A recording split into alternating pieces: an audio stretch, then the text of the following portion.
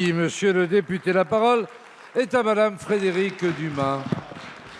Merci, Monsieur le Président. Ma question s'adresse au ministre de la Culture. La loi sur la distribution de la presse a été promulguée le 18 octobre 2019.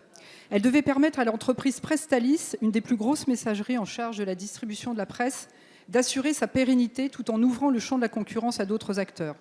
Vendredi 10 janvier 2020, le 1er octobre 2019, Dominique Bernard prend ses fonctions comme PDG de Presstalis. Vendredi 10 janvier 2020, il est convoqué au tribunal de commerce pour confirmer que la société ne peut plus respecter les obligations qui découlent du jugement de conciliation du 14 mars 2018. Le mardi 14 janvier, il prévient les coopératives de magazines et de quotidiens que sa trésorerie étant exsangue, Presstalis ne peut plus acquitter ses charges sociales courantes, n'appure plus ses charges sociales passées et ne rembourse plus le moindre emprunt.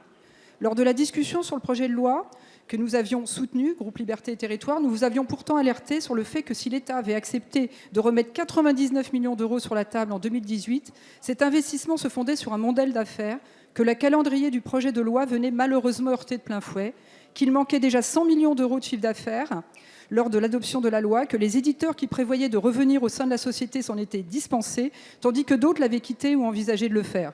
3 mois après la promulgation de la loi, Presstalis se retrouve en cessation de paiement. Les 90 millions d'euros versés via un prêt ne seront pas remboursés, ce qui nous expose à des sanctions européennes. 9 millions provenaient d'une aide de presse, le Fonds de modernisation de la presse, qui est normalement destiné aux titres en difficulté, comme Libération, l'Humanité et l'Opinion. Un plan de redressement a été présenté le 6 février. L'entreprise de distribution de la presse est maintenue en changeant de statut juridique au prix de 728 suppressions de postes. Ce plan est conditionné à l'adoption d'un amendement que vous vous apprêtez à faire porter par un député, amendement qui permettrait de geler les transferts de distribution des titres de presse d'une messagerie à l'autre afin d'endiguer l'hémorragie. Quelles mesures comptez-vous prendre pour défendre les salariés de Presstalis ?